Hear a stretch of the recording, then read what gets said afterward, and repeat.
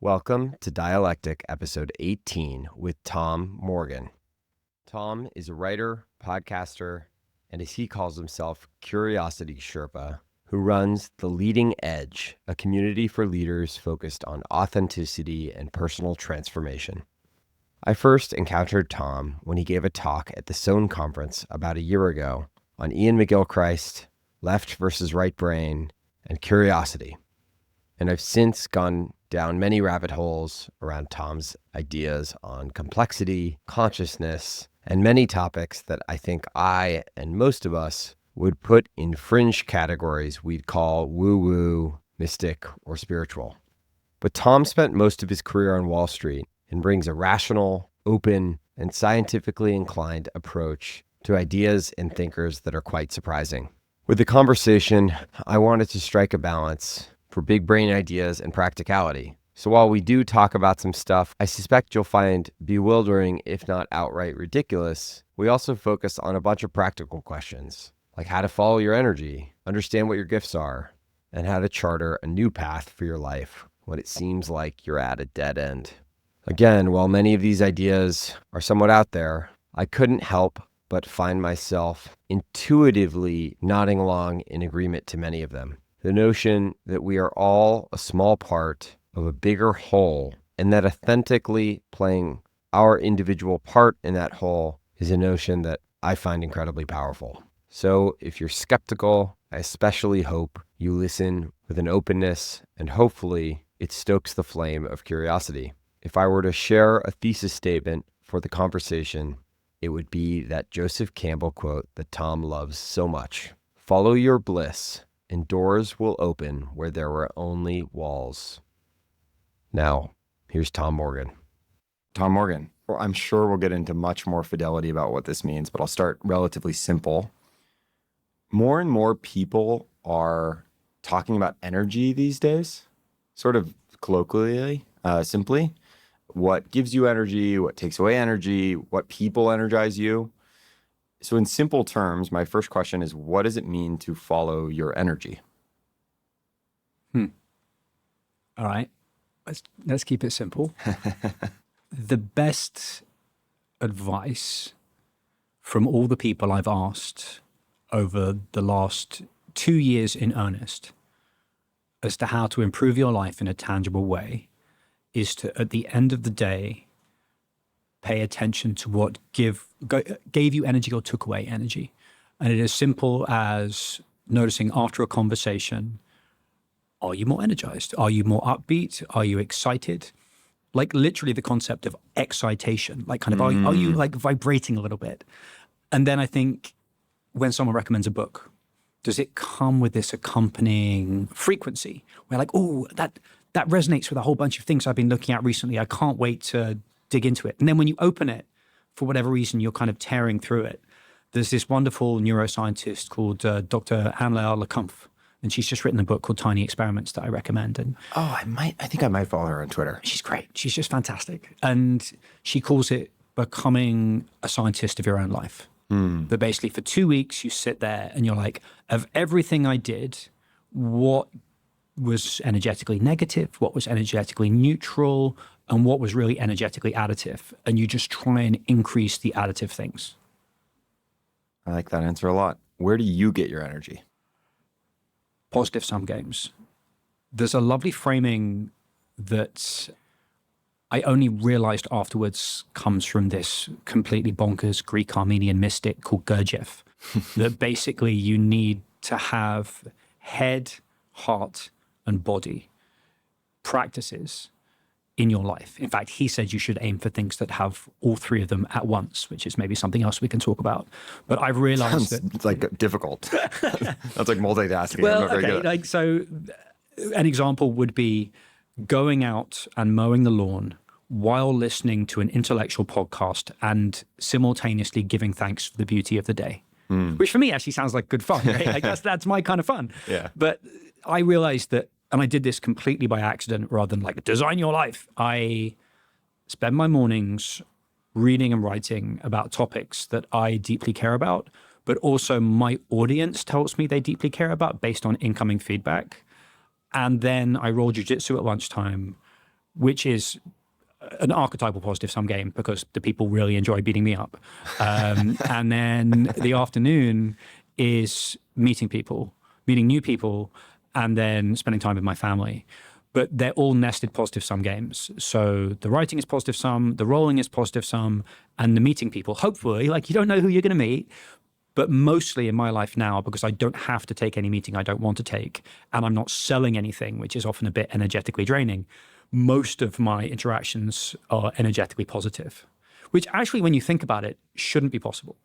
Like if, second law of thermodynamics and all that stuff, which is, again, something we can talk about, it shouldn't be possible that you go into a situation and you both emerge energized at the end. Yeah. And I think it certainly happens. Yeah, but it happens, and that magic is what I look for. And that we're extracting something from the air, I guess, or generating it. Who knows? I don't know. But it's great. I don't know, and it feels great. And I don't think you can burn out that way. I want to talk a lot about curiosity, which is obviously attached to energy.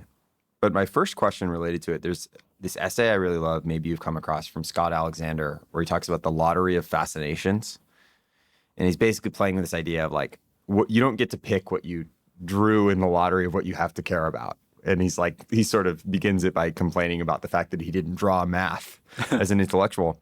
And so my first question about curiosity is, why can't we force ourselves to be interested in something? And maybe as a second point to that, if you want to take it, is curiosity inwardly driven or outwardly driven? This is a bit dry, but I like a bit dry sometimes. There's an idea that the universe trends towards greater complexity. And complexity is differentiation and integration. It's almost like a paradox, right? All the pieces are different, but they're all perfectly integrated. And the most intuitive example of that is you right now listening to this. How many parts of your body can you name? Like, even with biology class, like, what is it, thousands, tens of thousands? There's just this nested series of all these different parts in your body that are all completely integrated because you don't have to think about anything that you're doing right now, even paying attention to your breath, even like your digestion, everything. It's all just happening in a completely integrated way. And complexity theory says that everything is evolving towards that. So there's this force, or maybe series of forces, who knows? I've got thoughts, that's pulling you into be the most differentiated version of yourself. But if you're just shooting for differentiation, you're a cancer. You're essentially dissociated from the whole. But if you're integrated with the whole system gets more resilient because it's very diverse, but it also gets more integrated. And so you have this relational conversation with the system where it's like, I actually don't care about that. And that's a feature, not a bug, right? As long as what you do care about is integrated with the system, which I guess is something else we can talk about. You have this Carl Jung quote that came up that I think is amazing. I don't have a ton of, frankly, strong thoughts on him generally, but he said, your future self calls to you in the present through what you're interested in. Obviously rhymes with a lot of what you just said. And I want to talk more about complexity. Before we get into it, interested in is like pretty vague language. And I think it's empowering in some ways, but it's also kind of vague. A set of questions. What does curiosity actually feel like? Are there different types of curiosity? You can imagine like intellectual excitement and romantic attraction as kind of feeling, maybe it's a spectrum. Yeah. I think there's love, right? And I think that love and curiosity are very closely tied together. And I think it is tied to excitement. That, again, to be a bit reductively scientific to things, there should be an unlimited number of choices in front of you. But it seems very weird that the right one wouldn't feel different from an evolutionary perspective, right? Like that if there are indeed forces that are beyond our current perception, why wouldn't there be one that gives you some sense of an optimal direction? And science is increasingly thinking, well, maybe that comes from the future. There's this wonderful idea of something called syntropy. Entropy, you're going to die, like everything falls apart. But at the same time, there's a symmetrical force called syntropy that drives us towards that complexification, that energetic integration drive. And the guy that came up with it thinks it actually comes from the future. Now, that's a bit brain scrambling, and all this time travel stuff always breaks my brain. But for me, it's like, what am I in love with right now? And I think that does extend to partners. I've always thought about kind of Tinder for the soul, that like you have, particularly in Manhattan, an effectively limitless number of romantic partners. So how would nature narrow that? It would make you attracted to that person, but that's not enough, right? As any man on Tinder has ever discovered, it's not enough to be attracted to something. It has to love you back. And I think maybe that's one way to think about curiosity, which is you can be curious about things that don't love you back. Right. And that's when you get dissociated, or that's when you go down non-productive rabbit holes, which is very common in left hemisphere lateralized autism, where you just get really interested in something that isn't remotely integrated, and then you're in real trouble. I think you just answered it. My next question was, what's the difference between curiosity and desire? And perhaps desire is a little bit of that one directional. I mean, it might be received, but you can imagine all of the things we desire, whether romantic or not. There's this sort of, it's just about me. It's just about me and what I want. Do you think that's right? Yeah. I think it's, minor aside, because I can't stop thinking about it, because I'm curious about it. There's this guy, Michael Levin. Yeah. He came up, episode I just put out with a guy who's making this hardware device. So he has some range. No way. So he has this, never assume I understand anything, but he has this theory where cancer cells are dissociated from the magnetic field of the body.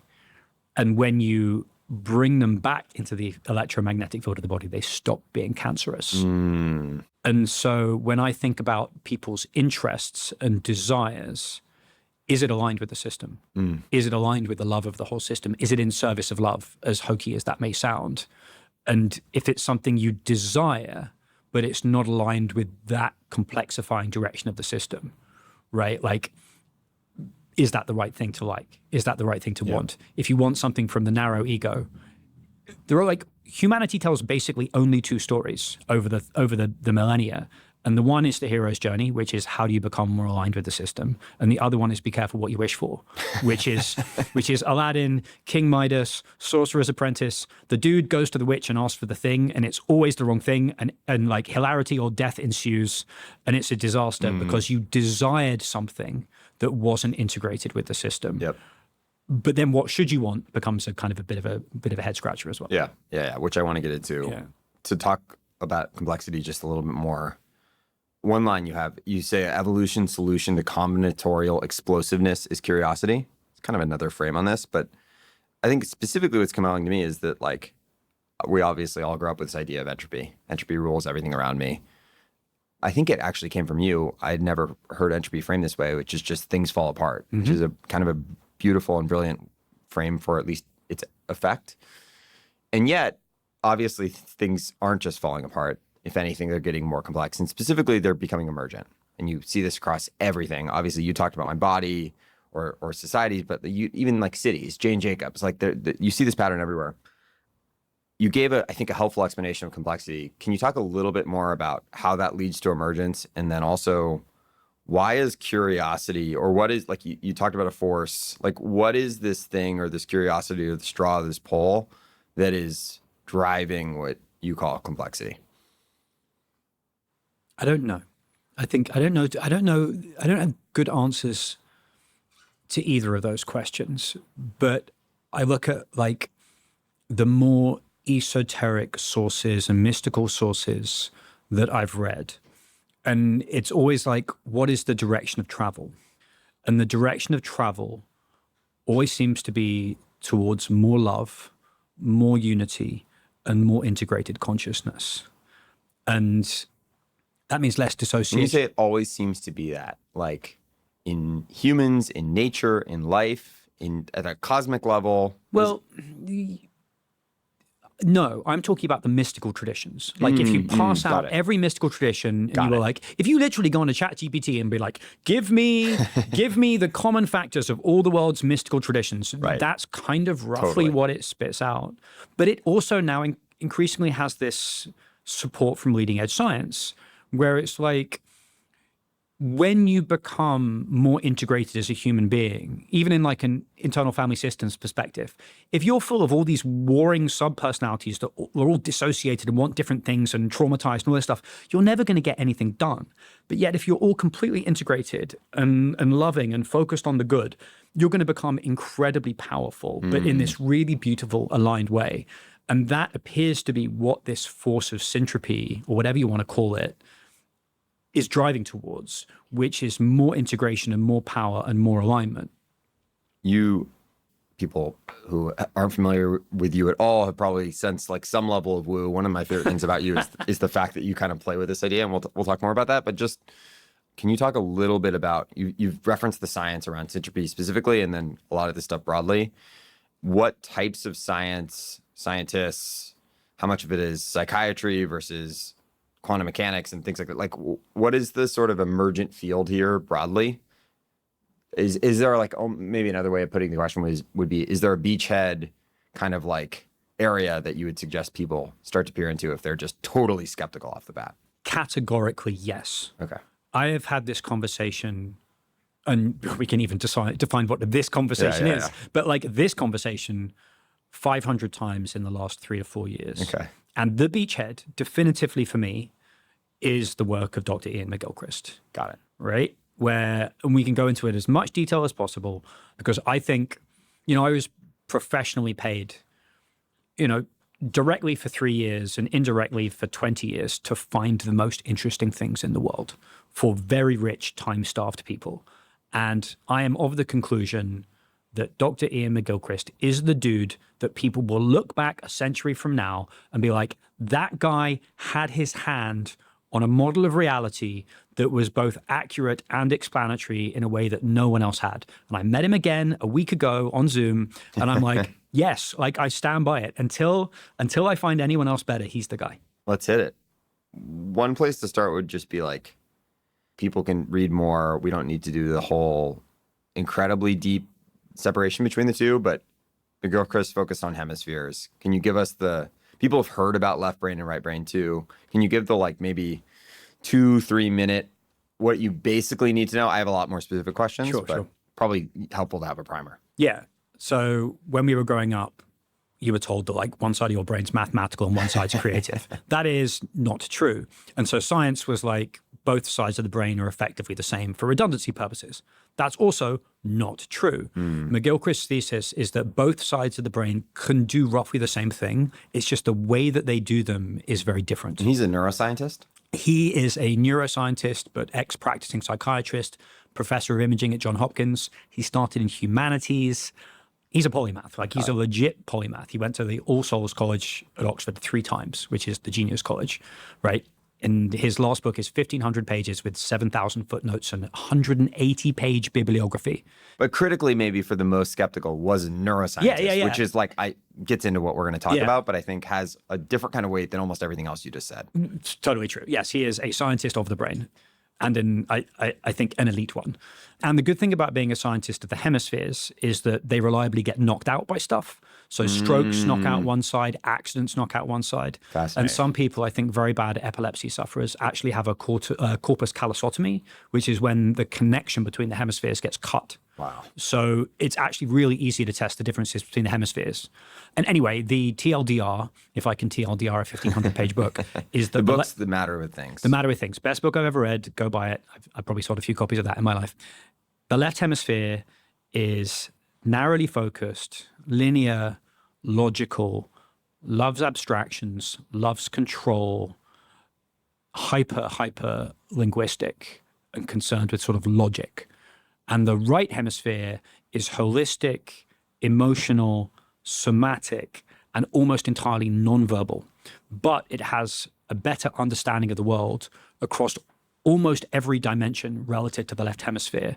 It's just the left hemisphere lies, the right hemisphere never lies. It is competitive, and it basically won't surrender control. And McGilchrist's contention, which once you see it, you cannot unsee it, is that the world is lateralized like unhealthily towards the left hemisphere, and it is creating all these horrendous knock-on effects that are quite literally destroying the world. And that's plenty more there.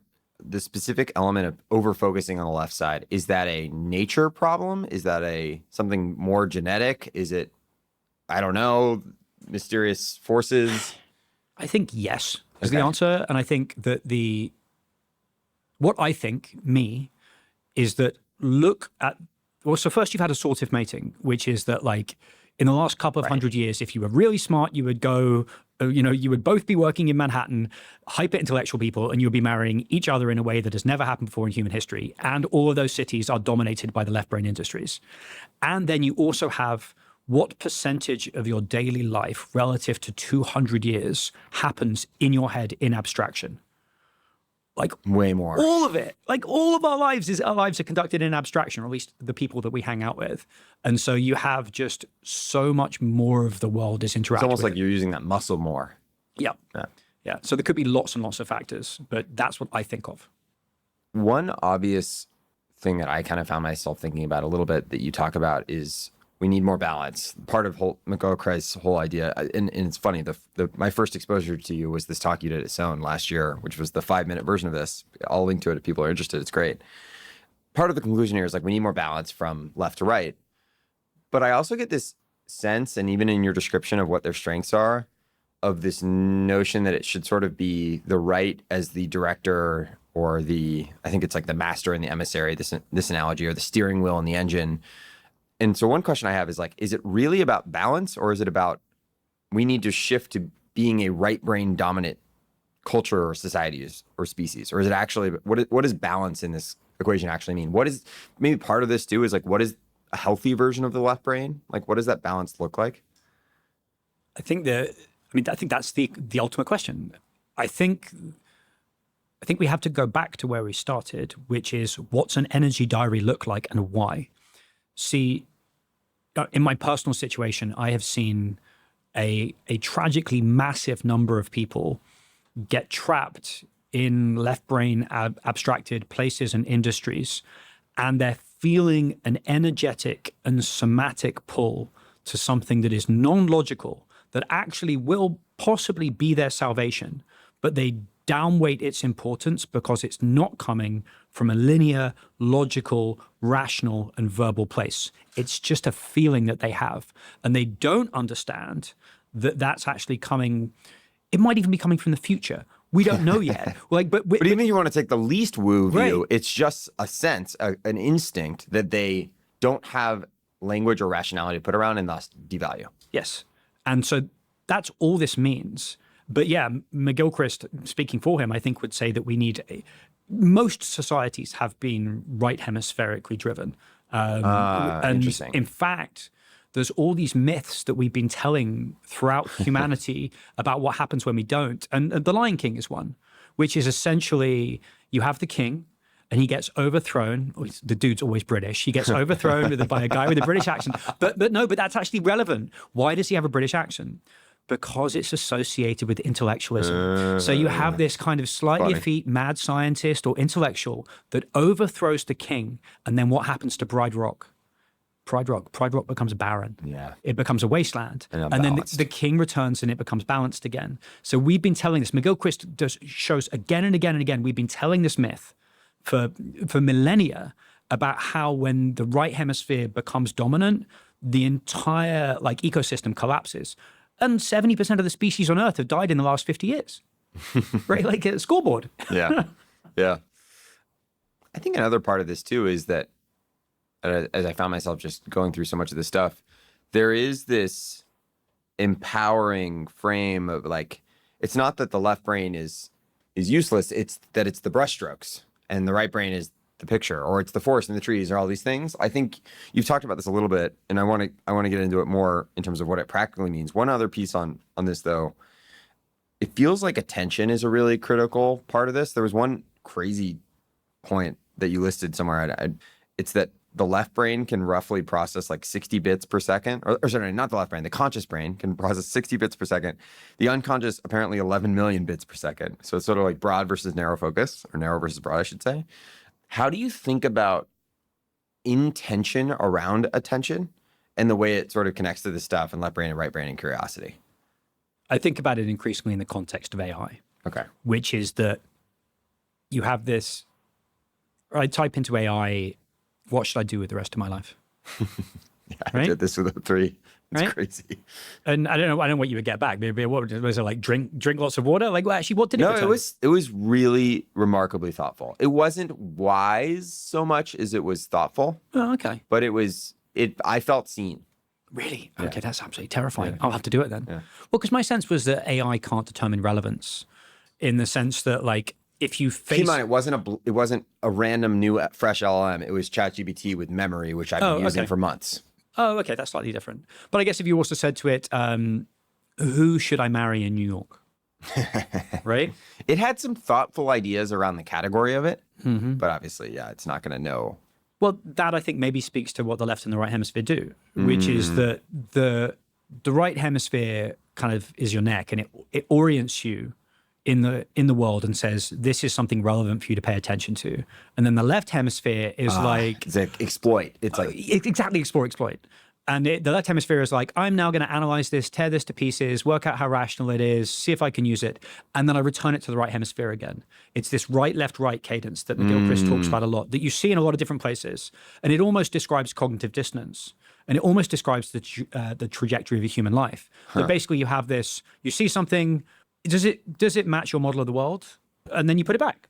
Right? Yeah. I think it's brilliant. And then the human life goes the same way, which is like you start off undifferentiated as a kid, and then you become this very abstracted professional, and then you return those professional skills back into the world. Yeah. Everything follows this right, left, right cadence. But you never discount the left. The left, it's like, you can use it as an analytical tool to help tear things apart, but you don't leave things torn apart. Yeah. The feeling I get is that we're sort of in this like left brain's in control. The left brain is being hijacked by things that are really mainly digital things that are really good at hijacking attention. And thus, like one sense I have is that most people, if you were to ask them what they are curious about, wouldn't really even be able to answer you, because they're so shut off. Like, it's almost like their attention is so shut off that there's no signal coming through that screen. Yeah, it scares me a lot. One thing I always think about is slot machines, and everyone knows that social media design came from slot machines. But I was reading a book about this where a woman was saying that she has to wear dark pants because she knows she's going to soil herself every time she goes on the cushion, because she's so tied in to the machine she can't get off them. Yeah, and they call it the machine zone. Yeah. And part of that is like the unresolved mystery that we're pattern recognition machines. And so you've got a random number generator, but slots make it look like there's a solvable pattern. Whereas in the real world, there is actually a solvable pattern. I believe there's it's like a simulacrum of curiosity, or it's a false representation of curiosity to be solved. That's like getting short circuited or something. Exactly. Where like, we're looking for hidden patterns because I think there is a hidden pattern. And when we find it, it makes a big difference to our lives. Whereas like there is no hidden pattern in those random signals. We just think they are. So it's like, it's the ultimate evil in some respects, because in all these mystical traditions, they basically say the worst thing you could do is infringe upon someone else's free will, because it's free will. Free will is the point of everything. And so if you have a system that basically co-opts people's free will by giving them an unsolvable problem that everyone knows is unsolvable, that's really close to evil, in my opinion. Yeah, it's interesting to think about free will in parallel to this sort of idea of there being an intelligent environment and a force pulling you to things. But I suppose the right metaphor there would be it's almost it's a green light, or it's a fishing hook, or it's something that's pulling you versus anything that's forcing you or pushing you. Yeah. Now, a quick break from the episode to talk about something for Dialectic listeners from Hampton. Hampton is a membership for founders and entrepreneurs that provides both in-person and online community for support, advice, and accountability in the founder journey. One critical part of being an entrepreneur is managing your own financial life. I think, unfortunately, for most of us, talking about finances, even with close friends, is a little bit taboo, let alone getting a more holistic view from a wider set of peers or people.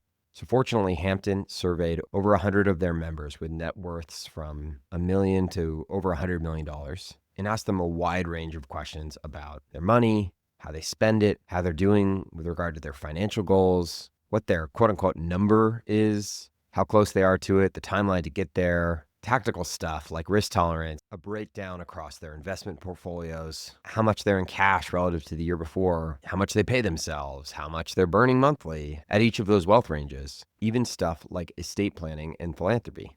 It's a fascinating data set that Hampton's added editorial and commentary over the top on too. And it takes a topic that is typically opaque, or at the very least, you'd only have a small handful of data points on, and gives a much more transparent look at it. I found it really valuable to look through. And if you're interested, I've linked Hampton's 2024 Wealth Report in the description. You can also just go to joinhampton.com, click reports in the menu, and fill out some basic information to get the report. Thanks again to Hampton for supporting Dialectic. Now back to Tom. I want to talk about how to make this a little bit more practical around curiosity.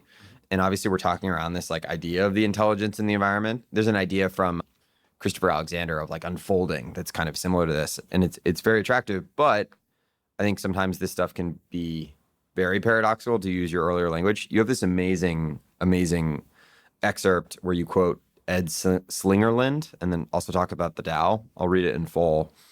We advance our consciousness through greater integration, not intellect. The Tao is literally translated as the way or the path. It implies a degree of agency. I want to come back to that. One compelling interpretation is that the path is the same pursuit of what we love, differentiation using the left hemisphere, in service of love, and integration using the right hemisphere. The Tao is the path of integration and complexity. So much of what we talked about. This creates the almost paradoxical feeling of trying not to try. Successful alignment with the Tao brings effortless action, or wu wei. Someone in wu wei gains a charismatic power called de, as explained by Ed Slingerland, and then Ed. The result is an easy oneness of things, a state of going along with whatever presents itself, with no expectations and no calculation. Such perfect relaxation brings with it incredible efficacy in the world as well as social success, as we would expect from the connection between wu wei and de. This state of true de, the highest virtue, that doesn't think itself virtuous, represents a perfect harmony with heaven and the way, which gives the Laozian sage remarkable powers over man, woman, and beast. Because he thinks nothing of himself, he is valued by others. Because he wants nothing, everything is given to him. In some sense, this is like an incredibly beautiful passage and idea. You referenced earlier, like the ways that, I mean, that rhymes with stuff Jesus said. It comes across in so many mystical texts. But it's also kind of like unbelievably frustrating. It's like, you don't have to try. It's like this deeply, almost paralyzing paradox. And you've been really clear across so much of your writing that curiosity is not a head thing. It's like doing, it's action.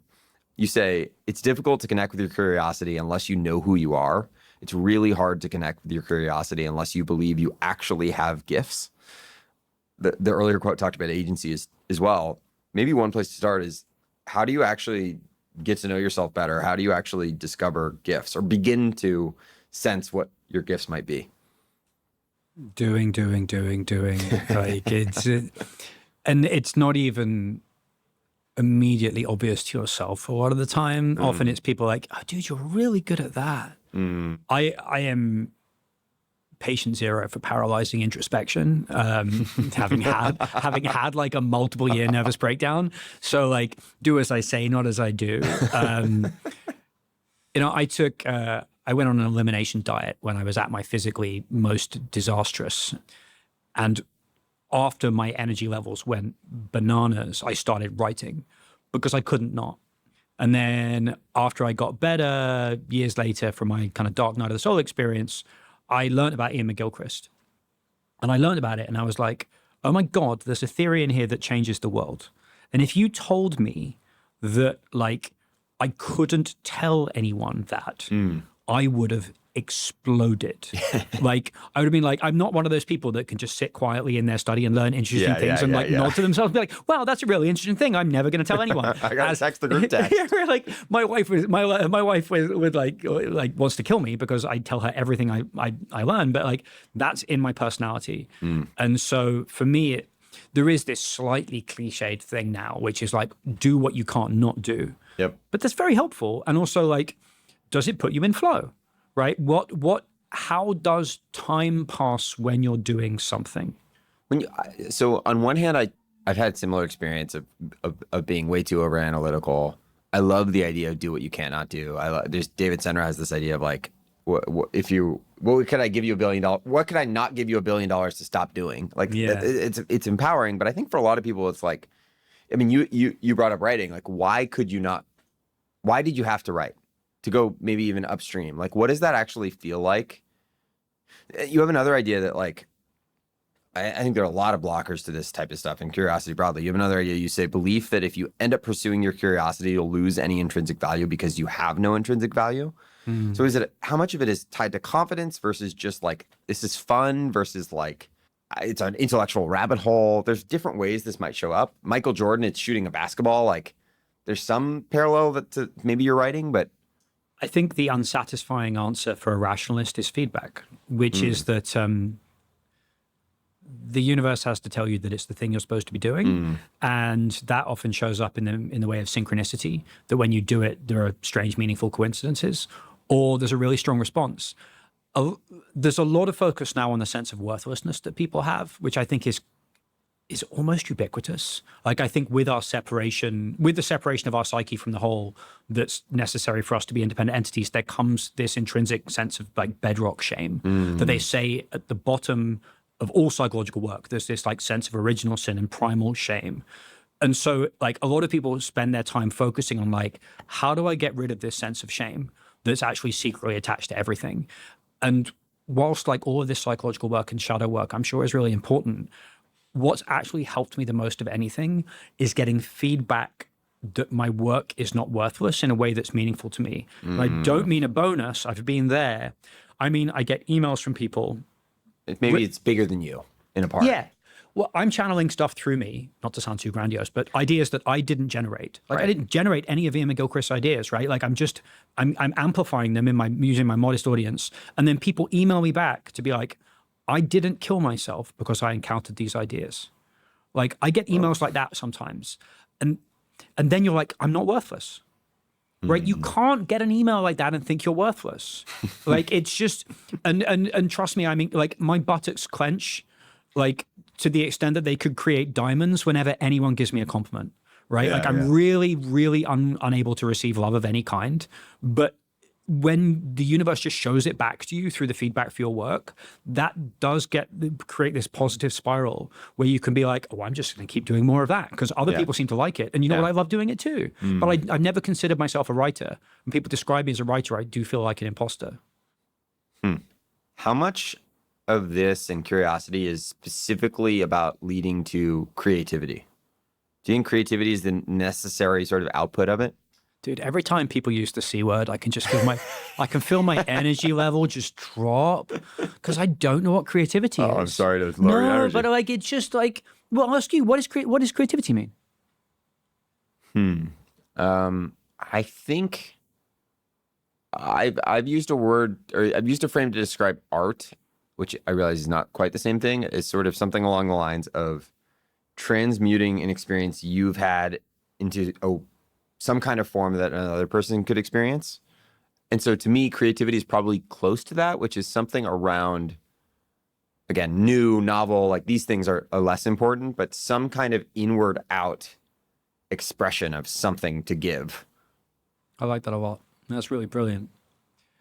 My concern, having been like a 20-year recovering finance professional, is when people hear creativity, they think poetry, finger painting, knitting. Like, it has this, it's just something you do on the side, man. And like, you're probably not that good at it, and it's a hobby.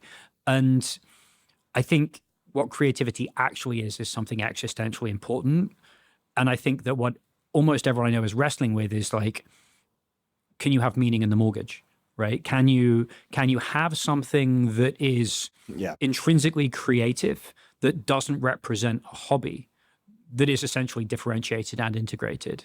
But when people say creative, I think people maybe I'm projecting here, but I think that people just put that into a box marked hobby instead of a box box marked kind of necessity. Yep. Yep. Yeah. One of the more empowering ideas, I think, is this notion that you can do something creatively too, which maybe conflicts my definition a little bit, but there are certainly way more creative and way more rote things to do, accounting or whatever it might be. And for what it's worth, there's plenty of things in the world that I think we're fortunate that people aren't trying to do more creatively. So it's fuzzy. We'll get more into sort of some specifics around that. The last question I have on this broad piece is, well, you have one line where you say, if you're in stasis, you will lose interest in what you are doing. I think anyone can relate to that, but it does bring up this question of like, what does it mean to maintain curiosity? What makes curiosity deepen versus sort of run out of rope? We've all been in the place of like, or you mentioned the autistic kids, like you have your, whatever it's called, your special interest or something? Special interest. Yeah. Like that's an extreme version, but everyone's gone down a rabbit hole and then you're not interested in that anymore. And oftentimes maybe it's like, I was interested in this when I was a kid, or I had more of the time. How does this become an infinite game?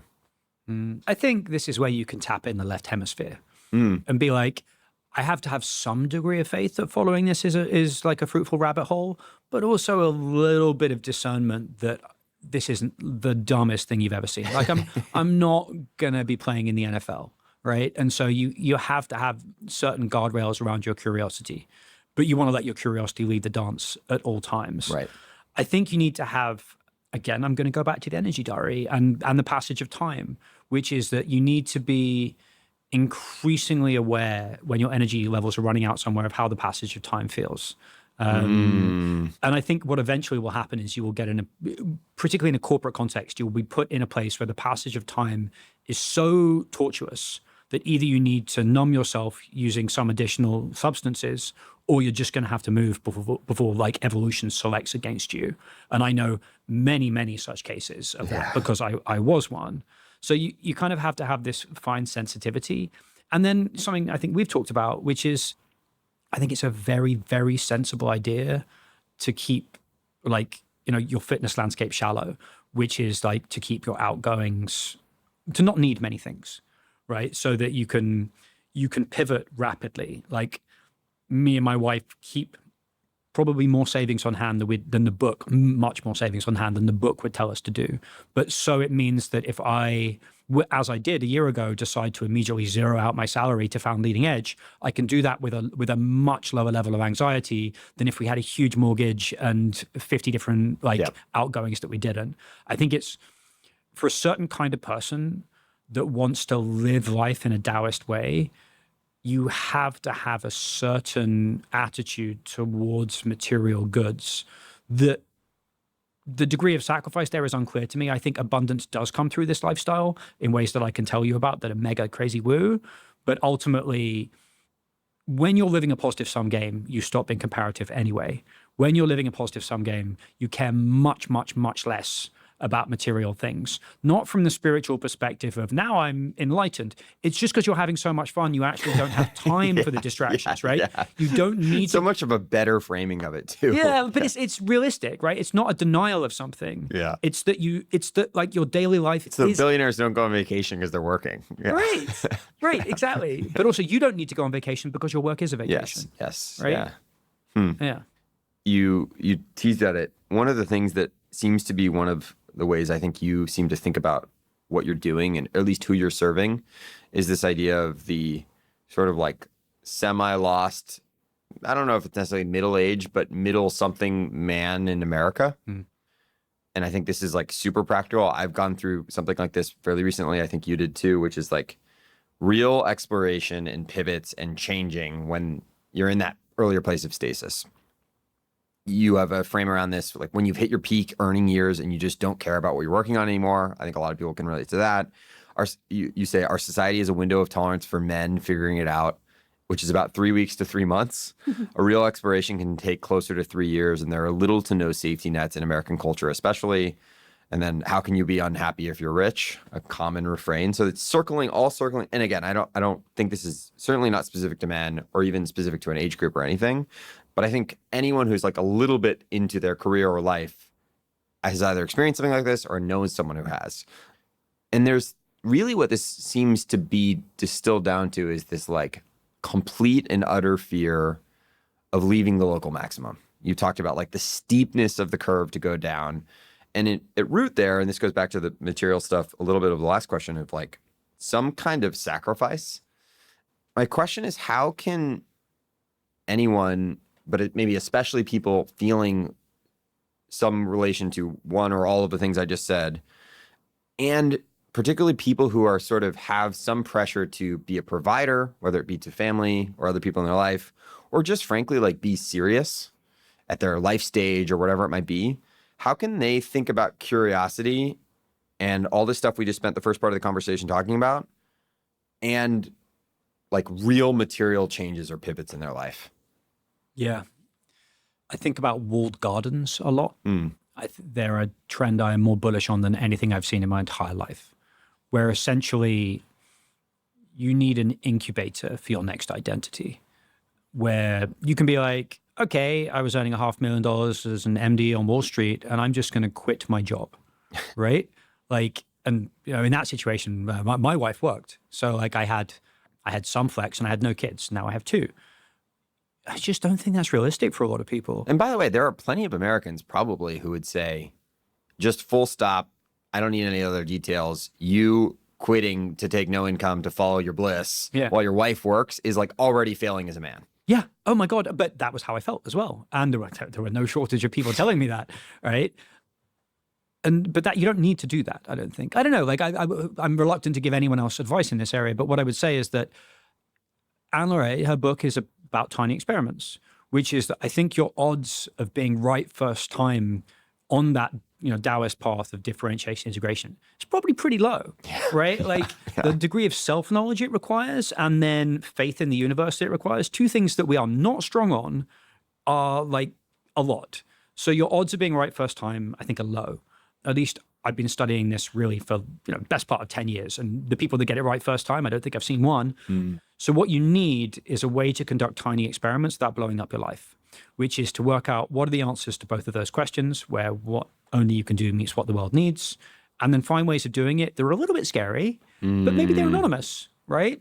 Or maybe you can talk to other people that have this job that you want and work out what their daily routine is actually like and whether that's something that would be energetically positive for you. Yes. Yeah. Whereas we're so tempted to do the like either change nothing or like blow it up. Yeah. Yeah. Or, I mean, I quit my job, moved across the country, like all the, and people don't really talk about that middle thing, which is so much more both plausible and realistic, but to your point, maybe actually better for finding the thing. Because it doesn't exist. Yeah. Right? We don't have it. At least to the best of my knowledge. Like, it's the thing that's needed, but there's really no money in it, right? Like, there's no money in providing these communities to people, mostly because they're going through a period of financial insecurity. But like, I run one, right? And I think that they're going to be everywhere within a matter of years because it's this intermediary stage. You know, I think that there's a phenomenal interview I did recently with this, my personal Yoda, this guy, Brian Wetton. Oh, I heard part of this, yeah. And he's brilliant. And he talks about this idea of like people playing win-lose systems, you know, tech and finance, and mostly win-lose systems. And life is sort of a win-lose system at that stage where it's like, I just feel better because you're doing worse, right? And like, and I'm winning, man, but also you need to lose.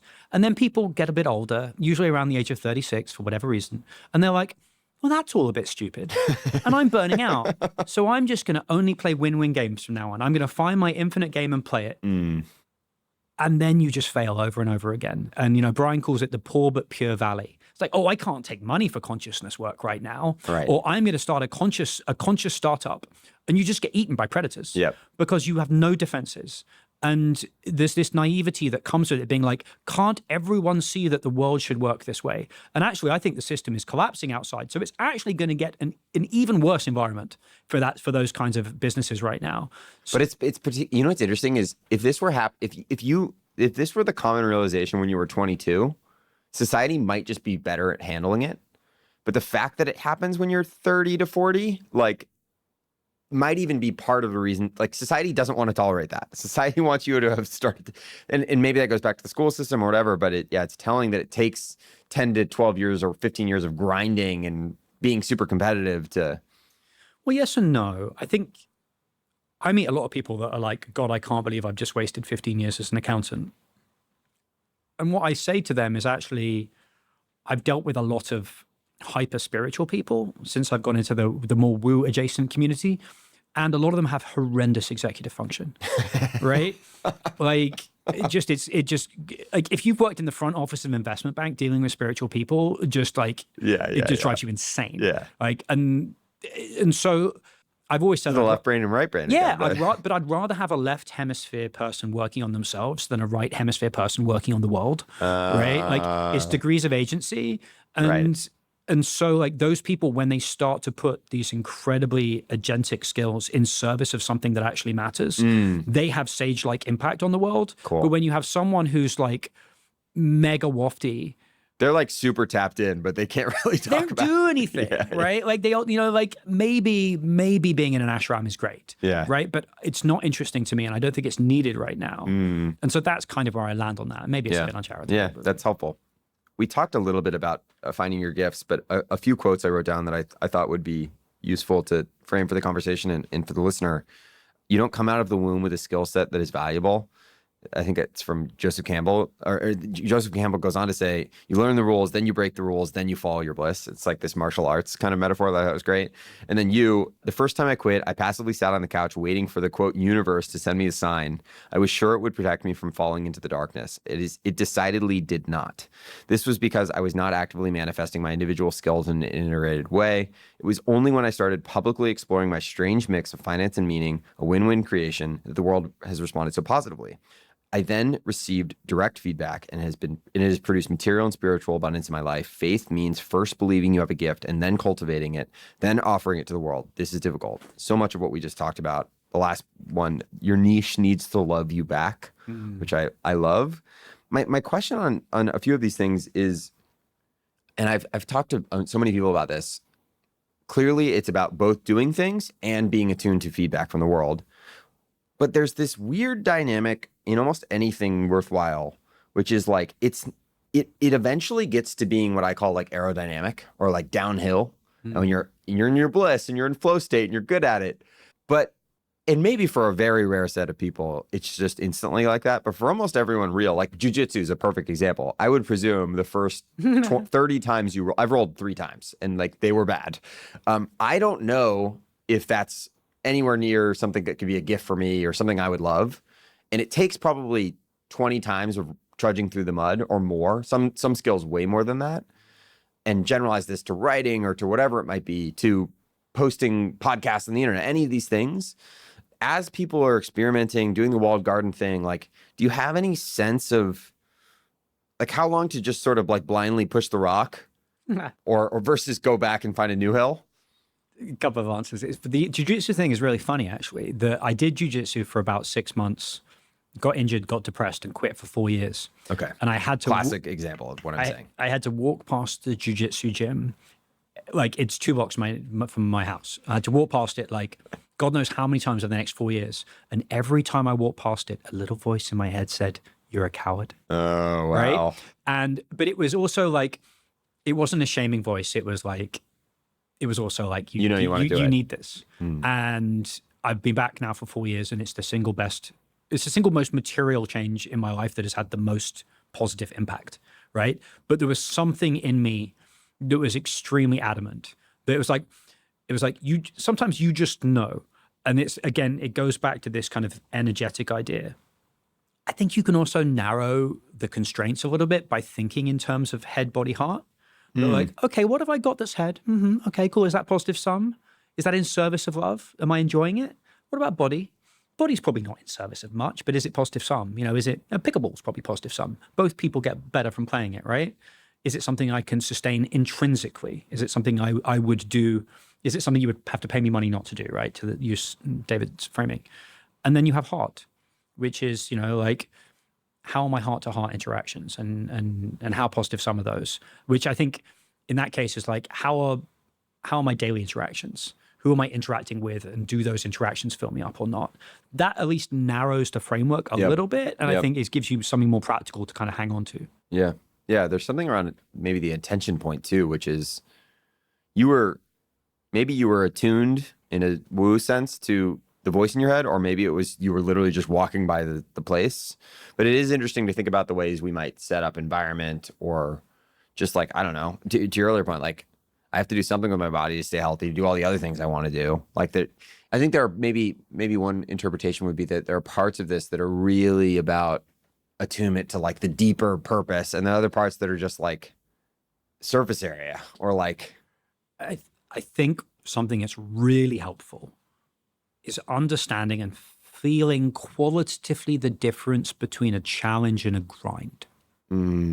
Yeah, right. This is exactly what I'm getting. I think maybe you've just got to climb hills sometimes, right? Like I think that's why this is so yeah, hard. like I think you've maybe just got to. For some people, like my nephew is like a world famous DJ, and like he came out of the womb knowing what he was going to do, and it's just been on a parabolic Lucky trajectory. bastard. Yeah, he's just been on that trajectory the whole of his life, and will probably be there till the day he dies. But for me, like if you'd asked me at 21, like when people did, like what do you want to do with your life? Like no idea. And so I needed to go and climb a hill, and I achieved like medium success, but also a set of skills that have served me incredibly well for the stuff that I actually do want to do. Yep. And you know what? Climbing that hill felt like a challenge. It was deeply challenging, but it was mega fun. Yeah. I did 12-hour days for the best part of, 15, 20 years, right? Like this was building executive function. But when it becomes a grind, and we all know the difference, you all know the difference, like at least at the extremes between a challenge and a grind. But we're told, particularly hustle culture, says just grind it out. Yep. That means you climb the wrong hill, and that is the worst advice you can give. Well, and the other part of the paradox is that if you do climb a hill, most people who finally climb a hill are like, I'm staying on this hill. I'm never going back down a hill again. And if you grinded up that hill, it's going to even be harder to sort of give up that peak. Wall Street has very, very high hills. Yeah. Very If you're looking to Yeah. One last piece of this is that bridges into woo territory a little bit is synchronicities, or maybe let's call like more slightly mystical feedback. Can you just talk about that a little bit in terms of what that has meant for you? Oddly, for something that's a little bit woo-seeming, synchronicity has been probably the most practical way that I perceive integration.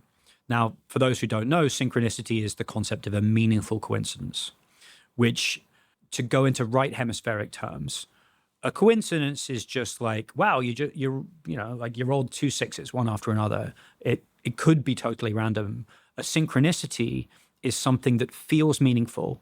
And one of the most frustrating things about synchronicities is when you describe them to someone else, particularly, they're like, yeah, it's just a coincidence. Partially because I think we now have a meta awareness of our being a pattern obsessed species. That will literally just find patterns in anything. And that's that overhang of skepticism, I think. But it's because it doesn't come with a feeling. It's a right hemispheric impulse that it's like, oh, this felt meaningful. And when you're explaining the mechanics of it to other people, they're like, I'm just hearing the mechanics. I'm not getting the accompanying feeling. Explaining the painting you saw. Exactly. That's a perfect example. And so like, it was meaningful.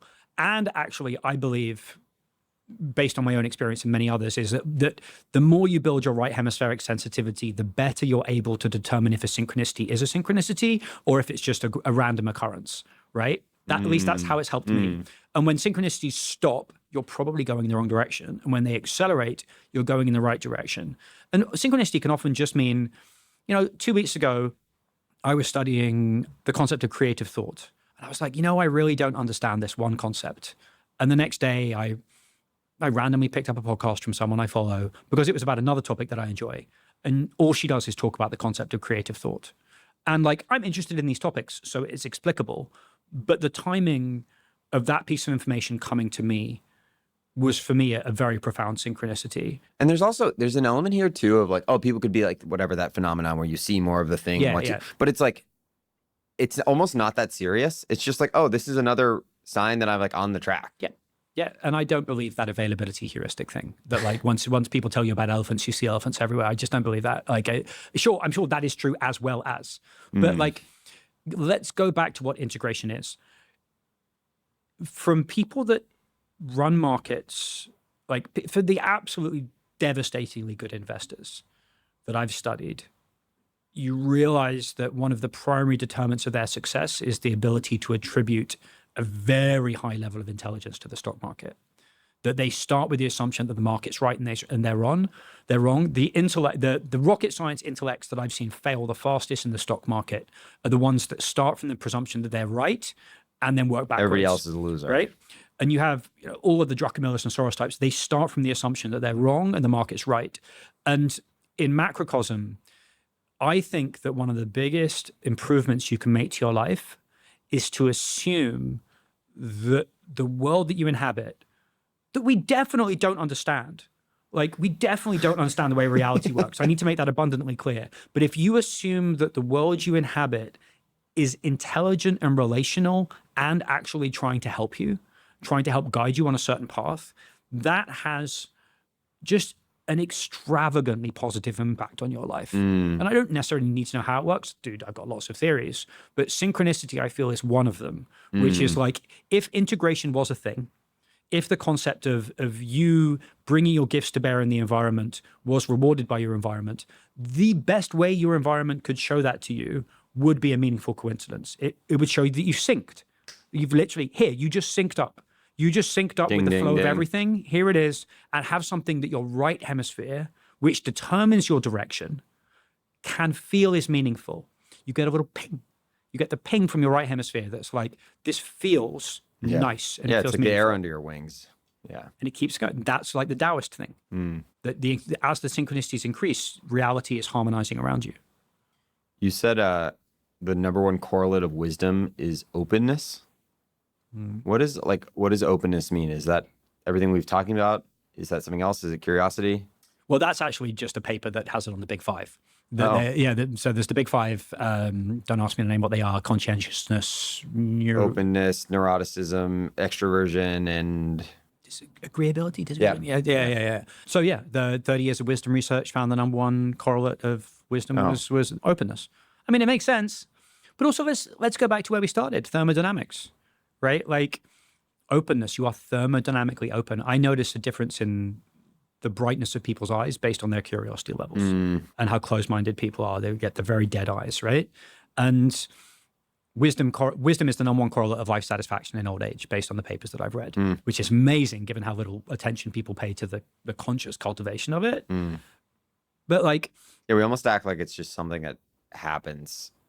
Like you're out of your control almost. No, that's why I spent all of last year studying ways to make you more right hemispheric.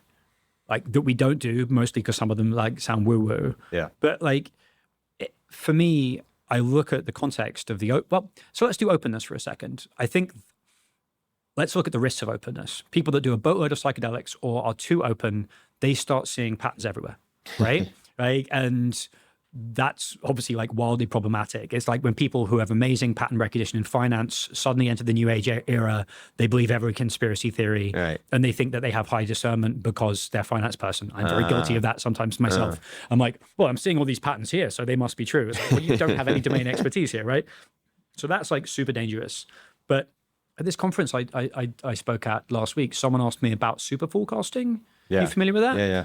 So what makes a super forecaster is that, like, when something new happens, they can update their forecast by like a basis point, right? That like super forecasters take this perverse pride in like the granularity with which they can update their forecasts, which makes them amazing, better than experts, right? Experts quotes. So like, why? Because they're very open-minded and they know exactly how relevant each piece of information is, and they can use that information to calibrate their priors. What's that got to do with anything? Well, imagine if that's the way you approach everything. Your level of alignment with reality is going to get closer and closer and closer. And something I read once is that, the goal of any species is to become correlated with its environment. If you're the bacterium that swims away from the sugar solution, you're not going to last very long. And so if your openness is allowing you to continuously get closer and closer to the flow of reality, that's going to make things really fun for you. And that is effectively wisdom. I've always said the opposite of wisdom is anxiety, which is not knowing what you're supposed to be doing and when. So you're concentrating all these news headlines, all these pieces of information. You don't know where your agency is. And as a result, you're just spinning in circles, burning all this energy. And the wise person just knows exactly what to do and when, which is why it correlates with happiness so much. But all of that is about openness because it's about how you're interacting with your environment. Yeah. Yeah. Yeah. One last bit on this that I find interesting as I think about is because it feels very mechanical and almost left brain, but it has that wisdom part you're talking about is I think you were talking about Ed Thorpe somewhere and you brought up error correction, which is like the root of, in a very rational sense, fallibilism and this kind of fascinating kind of foundation of science with David Deutsch and so on. In some sense, it sort of feels like so much of what we just talked about is just taking a truly like open and integrated approach to error correction. Because we're really good at applying error correction to like certain things, and there's like a category of stuff where it's like off limits almost. Yeah, but okay, and I correct me if I don't understand error correction, but for me, error correction sounds like survival of the fittest, and survival of the fittest is only half of the equation. The thing that people do not understand about actual Darwinism rather than Darwinism you read about is that Darwin believed, as is true, that cooperation was a superior long-term strategy. Right. And therefore, there is a force in the universe, whether it's syntropy or the holotropic attractor, or whatever you want to call it, that guides people in a beneficial direction towards integration, complexity, and wholeness, right? That's not error correction, right? Right. One of the things I read was that the odds of us being here having this conversation based on chance collisions of chances, right, is the same as a hurricane moving through a junkyard and assembling a working 747, right? And then the rebuttal to that is there's an infinite number of worlds. This must be happening somewhere. And I get that, but I prefer the first one. I want to talk about your work a little bit. You've described yourself as being part of like this group of meaning nerds on the internet, which is awesome. And you've also described your skill, at least this was maybe a couple years ago, so maybe it's evolved, but going from finance to what you do now is sort of like going through a huge amount of info, extracting it and synthesizing it and sharing with people in a way that kind of respects people's attention. And then the last part of this, you've said, what is sort of like your prompt for people? Like, what question do you need to know the answer to that will also help other people? My question is, what is the game that you're playing? And if you were to try to pull things forward and see the journey you're on, what is it? Maybe a simpler version of that question would just be like, what is the question that you're answering? The question I'm answering right now is the meaning mortgage question, which is the question that everyone who comes to me has, which is that is the limit of possibility for me the material constraints within which I live? Or if I choose the right path, will abundance come as a consequence? And what does that abundance look like? And how much discomfort comes with it, right? That I feel actually is the main quest for humanity right now, particularly in the West. Put a super trivial way, like, does this have to be a hobby? Yeah, I guess. If I do what I love in service of what I love, will it make me money? Will it make me enough money to live and not be ashamed in my family? Yeah, will I have abundance? Yeah, right. yeah. And I think actually, like, maybe to be a bit cheesy, but it never fails to make me a bit emotional. Does the universe love me? Which is that ultimately, at the bottom of everything is the universe love. And maybe conditional on me choosing the right direction, maybe not ultimately. If I leap, will I be held? Or is it just an indifferent box of atoms that is, survival of the fittest?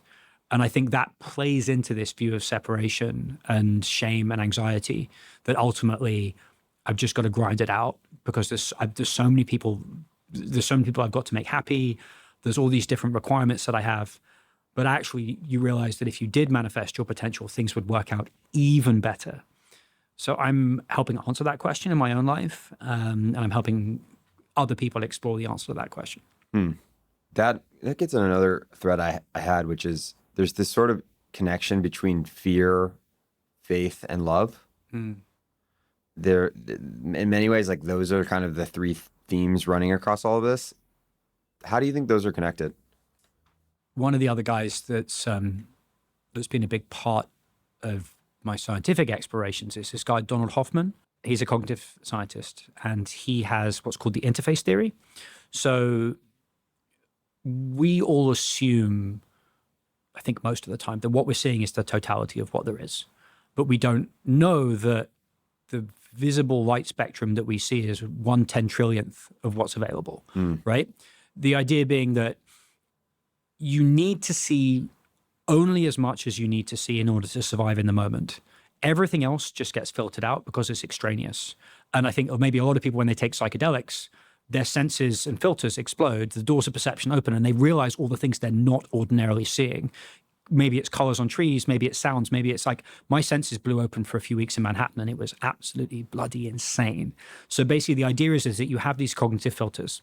And what's interesting, I believe to like a ludicrously profound like degree, is that fear narrows those filters. When you're in a state of fear, the aperture just gets smaller and smaller and smaller, which I think we all know. Like our ability to think creatively or to enjoy the things in life when we're really stressed about something is really limited. And so the idea is that when you're in a state of relative abundance, you can see more opportunities and you can see better opportunities. And you also have the time to cooperate and collaborate and enjoy more love. I think this is all quite intuitive. But then when you think about it from a civilizational perspective, we are now in a, for us, most of us, don't know, it's going to come over the wrong way, but we're in a post-scarcity world. If we learn how to allocate resources correctly, we are effectively in a post-scarcity world. Yep.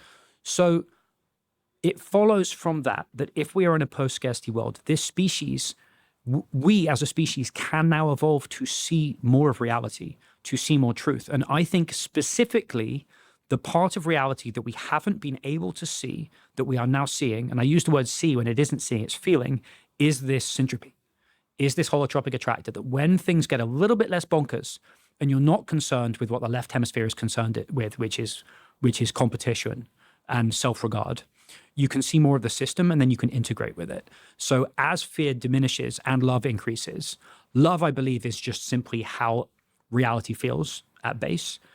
So like once you can get more of that, you can see more of the world. And when you can see more of the world, you can actually navigate it better. And so that spectrum of fear to love, I think, actually also corresponds to the amount of reality that you can see. Is faith that gap? Faith to me has been a very charged word. Faith is propositional for a lot of people, which is like, if you don't believe he was born and resurrected, you're going to hell. And that for me was a very difficult phase of my life when like I was trying to save myself through the forced application of propositional beliefs to my life. That's not how I see faith anymore. I see faith as a conversation where typically I need to make the first move. That if you believe that synchronicity exists and ultimately reality is responsive, what you do is you make a move. You make a move and you see a response, which means it's not that much faith is required, because then you make another move and you see another response, and then you make another move and you make another response. You just have to move first. The faith is being able to move first and understanding that when that move is the right move, you see a response. That's faith. And then it becomes easier and easier to have faith the more evidence you have that reality actually works that way. It's again, the first step you make is probably out of fear, right? But then the more you move out of love, the more faith you have, because the more you actually witness the results of your actions. It's not some vague propositional bullshit. You are in this interesting seat where you are kind of like, in many ways, the speaker for the weird stuff, the woo stuff, to a bunch of otherwise fairly rational people or left-brain people. I think, I don't know if it was you or someone else, like the great challenge is that we have to communicate this right brain wisdom on left brain rails. This idea that like, in some sense, it's back to the sort of thing we were talking about earlier, which is like the people who join the collective or whatever, they're sort of not necessarily executive function or high agency enough to translate some of it. And I think at times this stuff can be really unbelievable. Like just reading it, it's like, feels right or empowering or whatever. Other times it's fuzzy. You have this frame too of that I think is great of minimum viable woo. And you have woo ratings at the top of your post and stuff. Open-ended question, but like, what is it like to strike this balance?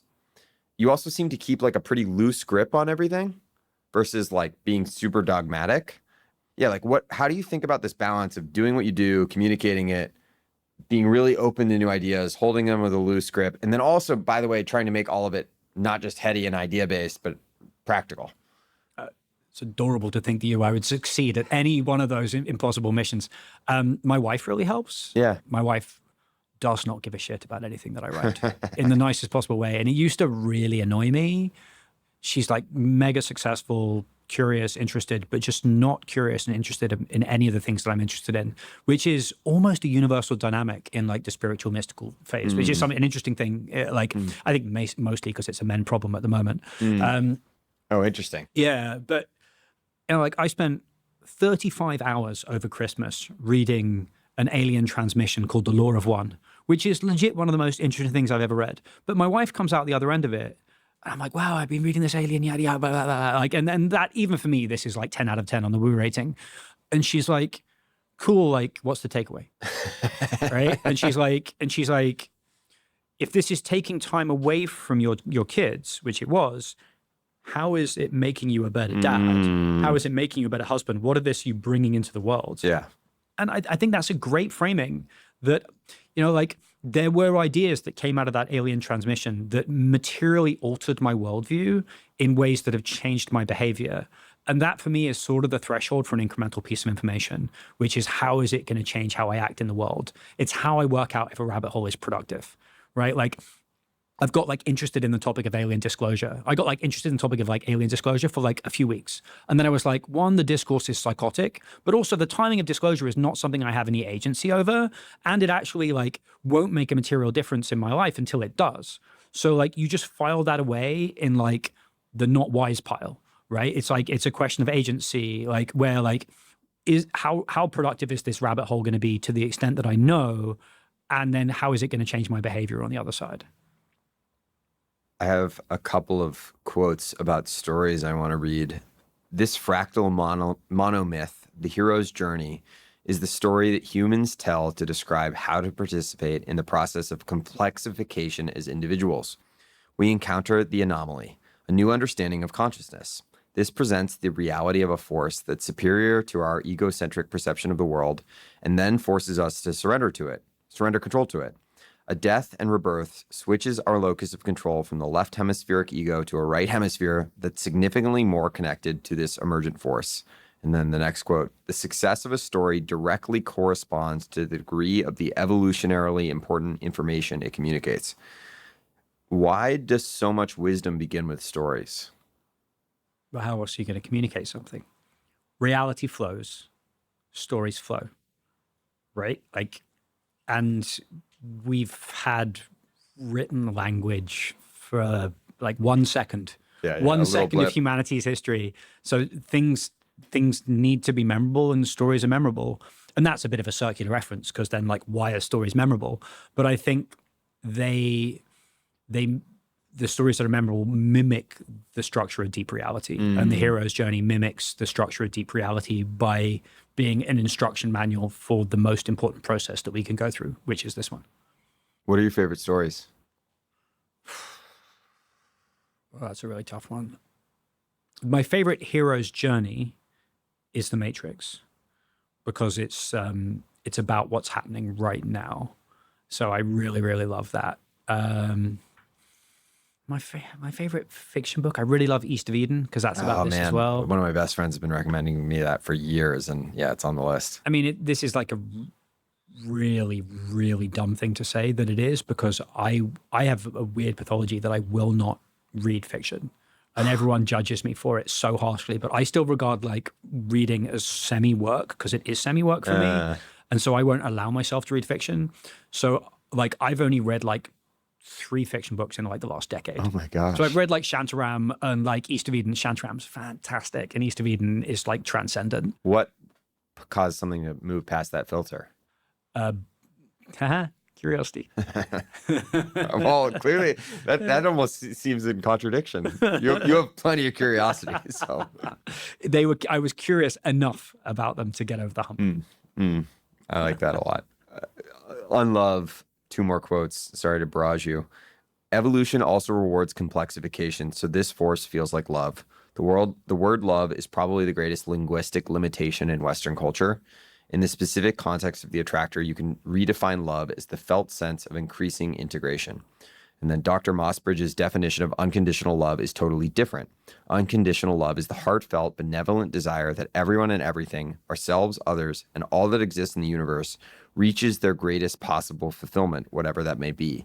This love is freely given with no consideration of merit and with no strings attached, with no expectation of return.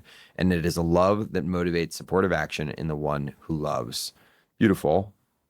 The thing, and it goes to the first part of the quote that made me wonder about is, are there other words that you use to add fidelity here? One that kind of came to my mind would be maybe beauty, but I'm curious if there's love such a baggage. Maybe it doesn't matter, and maybe it goes back to some of the core stuff you were saying about love as being like the base thing, but that feels very different than most of the ways we. And by the way, one thing hanging over all this is like curiosity and desire and love. Like in some sense, there are similar feelings attached to this constellation of things. I think maybe the scientific, I love scientific terms because that's what my intellect is, to bouncer. It won't let things out of this, right? Like, so I like attractors, right? Like Tinder.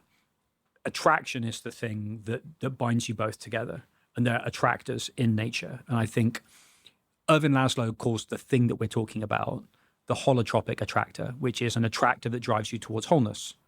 And I love that. Like, it's a bit wordy, but like an attractor that drives you towards wholeness. And that theoretically is driving like my cells all the way up to Yes. me. Yes. Yeah. No, up to and beyond you. Yeah. Right? That's the bit where your brain gets scrambled. Is that it's No, but of course we're the top of consciousness. Right. So like the human, that's interesting to me. Like I wrote an essay recently about whether the sun was conscious, because based on a lot of different theories of consciousness, the sun could be conscious. And actually stars move in what's called a volitional way. Okay. That we've created dark energy and dark matter to explain away the fact that stars move more than they should based on their mass. Whereas like if they were conscious, of course they would move in different ways that we couldn't fully forecast, right? But then when you're like, is the sun conscious? You moron. And you're like, well, first define conscious and then look at the various different theories of consciousness and like work out whether the sun describes them. Emergence is crazy, man. Yeah. Well, the crazy thing about emergence is that different traits emerge at every different level of integration. Right. And we the funny thing is I'm obviously somewhat less bought in on all this than you, but we are totally bought in on emergence around, like, I don't know, Santa Fe, complexity, like ant colony, like emergence, we're all in, but I guess it stops with us. There is a place where people will not go to the point that it makes them angry. Now, anger is the most lateralized of all emotions. Where is it lateralized? It's lateralized in the left hemisphere. What is the characteristic of the left hemisphere? It lies when it doesn't understand something, it confabulates, and it will not surrender control. If there is an idea or class of ideas that is guaranteed to reliably make people disdainful of you, it is any concept that implies a degree of intelligence that's superior to the human intellect. Just try it. I mean, try it with friends. Like go out and talk about, like, is the sun conscious? And people be like, you have lost your goddamn mind. Whereas actually, like, the science behind it's like not a joke. Ironic relative to all the AI stuff. I mean, if anything, you can imagine that being one of the things that maybe tips the scales towards more openness, is that intelligence isn't precious anymore. Yeah. We're nearing the end, and I have two sections that go together. The first is about what you've called this sort of meta crisis that we may be in. And there's prescriptive views on the timing here. There's more broad views. I think this ties to, like, I don't know, in the tech world, everybody's freaking out about AI. Broadly, it seems that there are all kinds of crises happening. There's stuff like the fourth turning. You hear different articulations of sort of like, I don't know, there's this Bo Burnham song a few years ago called That Funny Feeling, which I always think about. It's just this, like, the vibes are off. And you have this awesome quote where you basically lay it all out as coordination problems. You say, now we're operating at a planetary scale. The next conflict is primarily about mindset. It's within ourselves. When you reflect a minute, it's incredible to realize how many of our hardest problems are almost entirely coordination problems. This goes back to the scarcity, lack of scarcity. For example, politics, cooperate to pass legislation, rebuild effective institutions, war, agree not to kill each other, environment, agree not to kill everything else, innovation, collaborate on technical innovation, hunger, getting abundant food where it's needed, inequality, allocate resources more equally, end quote. I think you also believe something else is happening, that there's an anomaly, that there's some shift that's happened. I think my observation might be that it almost feels like the world is barbelling, where you have this extreme shift, and it's like every 19-year-old is just sports betting and nihilistic and addicted to their phone. Like it's almost this extreme shift to the left brain of zero-sum selfishness. And then meanwhile, there's something else happening around more hippie, new age, spiritualism. Yeah, what's happening? I think the anomaly, if you ask me what it was, like systems blow up when they encounter an anomaly they can't explain, and then they reconfigure themselves around that anomaly. I think it's the belief in non-local consciousness. Every single thing that you have that people would describe as woo, psychic abilities, reincarnation, clairvoyance, prophecy, precognition, everything pretty much, like aliens, right? Like everything goes back on the table. I'm not saying it's true. It just goes back on the table with one jujitsu move, which is that consciousness is bound by neither time and space.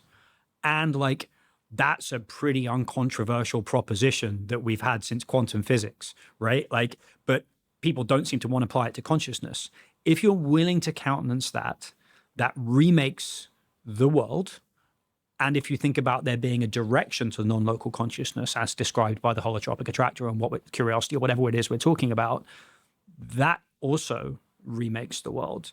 And this probably sounds like either elitist or culty or whatever, but I've noticed a bifurcation that you describe, that you can have a conversation with people.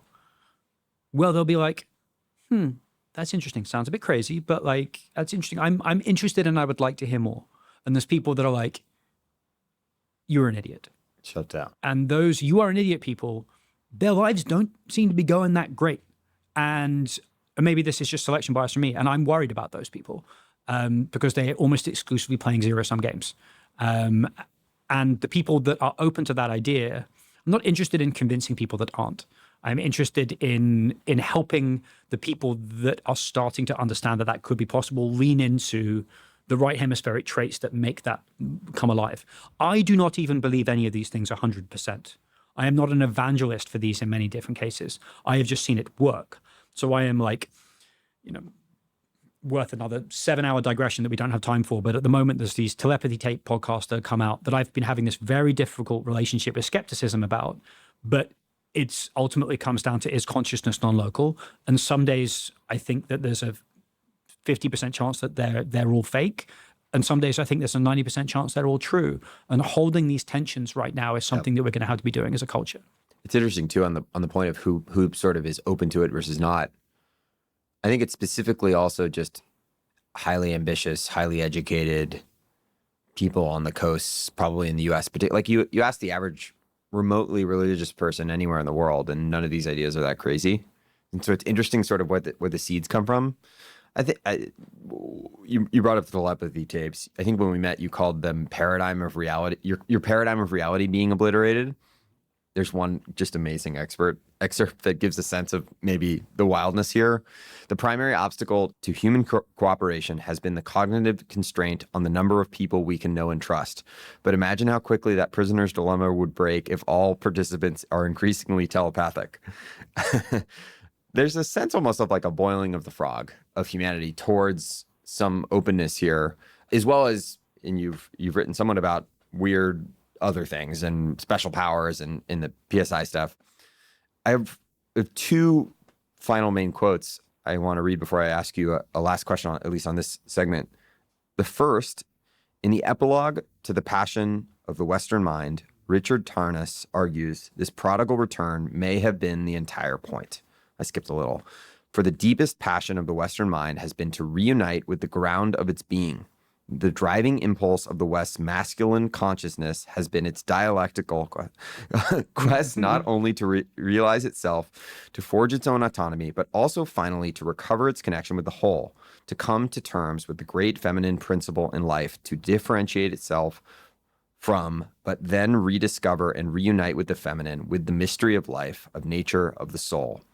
And he goes on to say, the telos, the inner direction and goal of the Western mind has been to reconnect with the cosmos in a mature participation mystique, to surrender itself freely and consciously in the embrace of a larger unity that preserves human autonomy while also transcending human alienation.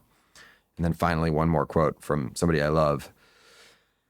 Someday, after mastering the winds, the waves, the tides, and gravity, we shall harness for God the energies of love. And then, for a second time in the history of the world, man will have discovered fire. Pierre Chardin. Maybe is your one chance to blast out the woo rating or whatever. What journey are we on?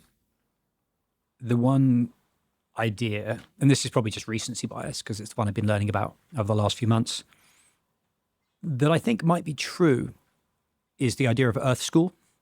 Never heard of it. There's a one of the bombs I'll just drop now is that there's a surprisingly robust degree of empirical proof for reincarnation. If you look up Ian Stevenson's work, which is bananas. But what's that on the woo rating? Read the papers. It's low woo rating, man. Like this is published research. Huh. I strongly recommend people go and check it out. Ian Stevenson at UVA.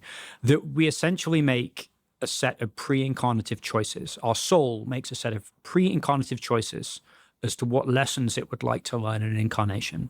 We then incarnate into a body, into a set of circumstances, your parents in your place, and you know what the curriculum is.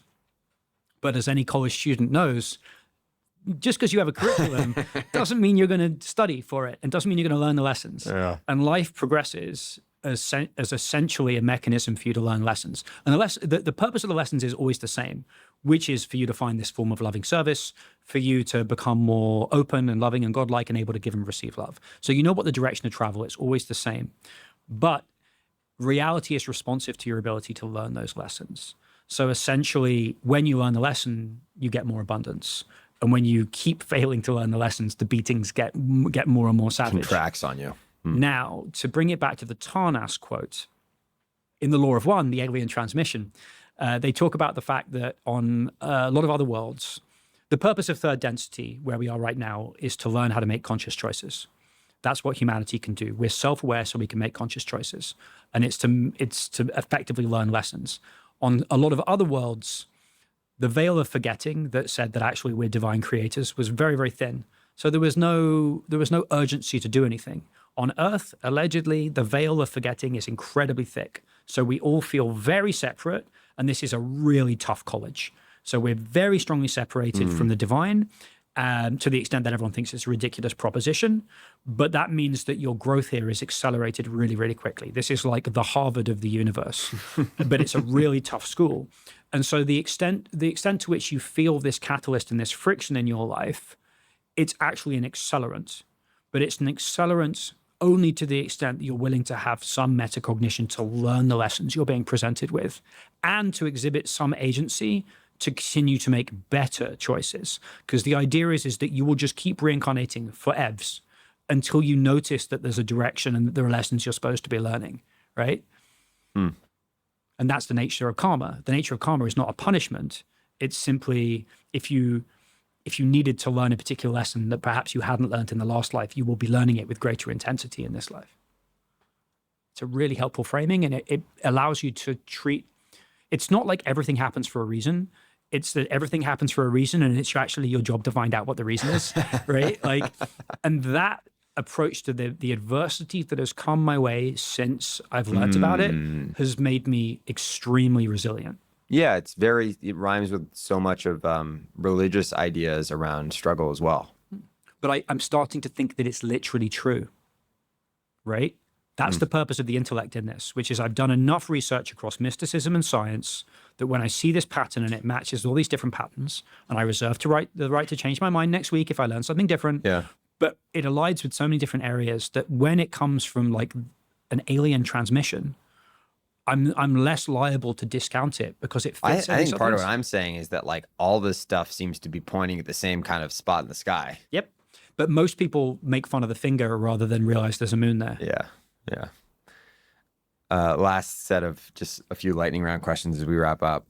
Can you explain your frame? Pseudoscience is the Streisand effect. Just so good, man. For whatever reason, if anything gets labeled pseudoscience, go and check it out and study it. Like, I don't know why, but like synchronicity is labeled as pseudoscience. Integrated information theory is labeled as pseudoscience. All of Rupert Sheldrake's work on morphic resonance is labeled as pseudoscience. I think his son on a podcast. His son's like a mushroom guy. Maybe? Merlin. Yeah. Like all of like Graham Hancock stuff, that probably is a little bit more pseudoscience-y. But the problem is there is some real pseudoscience labeled pseudoscience. Right. Again, that's the role of the left hemisphere, right? The role of the left hemisphere is the right hemisphere is open, and pseudoscience is used. Like pseudoscience implies that science has got angry about it. Yeah. Right. Because otherwise it would just be factually wrong. Right. Pseudoscience is like it's like a slur. It's a slur. Yeah. You mentioned at the top, Gurdjieff has become a recent area of interest. Broadly, like a number of these people have come up, both modern and historical. What do you think happens with these people, these mystics or sometimes scientists or gurus or even prophets of the past, like who sort of tap in? Yeah, a lot of there's most of them it goes horribly wrong. And I think the lightning round answer is that we need to increasingly rely on communities where no one person. Too much for one person to hold. Too much for one person to hold. There's I was just going to say there's a great book about a bunch of physicists who go through something like this that's partially fiction called When We Cease to Understand the World. People like Alexander Grothendieck and Schrodinger and Heisenberg. And it's actually similarly shaped, which is like, this is too much for one person to bear in the case of quantum mechanics, but it all kind of comes back around. One thing that came up that I didn't get to watch the full video, I'd love for just the quick primer on, is the Jacob's Ladder Jordan Peterson thing. You said was really meaningful to you. I think it's brilliant, and I then had to put in the standard disclaimer that a lot of his work is extremely not brilliant. And this was also a while ago, I think. It was pre-crisis. Literally, I was in the line to Newark security, and he talks about Jung believing that your future self is the guide in the present by directing your interests. That one moment changed my life. I was like, there was something in me that just went ding, ding, ding, ding, ding, ding, ding, ding, ding, ding, ding. And that in itself was a sign. And actually the whole podcast is about shamanic initiation, which is essentially being how are you a bridge between two worlds to keep both worlds on track? And what role does attention play in that in terms of driving people? At the moment, we're off track. And I think a lot of people are being drawn back on track by their attention. And that's kind of the role that he's talking about. That's powerful. It's brilliant. We talked about, like, I think one of the things I really admire about you is you have a pretty loose grip on all this stuff while holding it. Through all of this, is there anything that you found yourself really starting to grip firmly that would be most rattling if you were to find out it was totally not true? Oof, it's a good one. I think if someone ruthlessly debunked McGilchrist's work, that would hurt me a lot. But then even McGilchrist himself says, even if everything I have is debunked, it works as an explanatory metaphor for the world. And it kind of does. But I think if he was exposed as like a massive fraud, at least it reduces a lot of the quote unquote scientific foundation that gets to some of this higher level stuff. Yeah. I think ultimately, really the answer to that is that the universe is an empty, indifferent box that doesn't care about me. And it's all just stuff. It's aimless stuff. Yeah. And we're accidents. Like, that would kill me. It's so not new given everything we talked about, but you've said your favorite quote is Joseph Campbell's "Follow your bliss and doors will open where there are only walls." Why is that frame so powerful? Because you have to believe all the premises. Follow your bliss, differentiation path. First, you got to do it first. That's faith. Doors will open. You have to have the faith that the doors will open. But then they do actually open. Doors will open where there were only walls. Walls, as in you're looking at a wall, you're looking at a situation which is not rationally obvious that there's a good path forwards, right? You're there staring at a wall. And there you're like, are no options. Yeah, there are no options, or at least no sensible options, except your bliss. You either have no options or an infinite array of options, and your bliss is the signal. And then when you step towards it, something really weird happens. You mentioned earlier your nephew, Fred, again, for those listeners who don't know. After seeing him live, a friend of mine observed that he basically was comparing Fred to Christian artists. And his idea was that like there's a lot of imagery and the raised hand and language, and it sort of created this spiritual experience. What do you think he's tapped into? Him. Yeah. No, him. I think it's what it's tapped into. Like, there's a moment, if you haven't seen the Boiler Room set, Yeah, seen the it's Boiler Room amazing. set? Boiler Room It's set is one amazing. of the best sets I've ever seen, and obviously I'm biased. But I listen to thousands of hours of EDM a year. Like, I work to EDM. And anyway, so that set's transcendent. And then there's a bit in the set where this guy in a yellow t-shirt knocks into the decks and turns off the DJ decks in the middle of the performance. So it's one of the best DJ sets of all time. You can tell everyone in the room tells it's one of the best, believes it's one of the best sets of all time. And then some dude turns off the decks. And what does Fred do? Fred laughs, wags his finger, and turns the decks back on.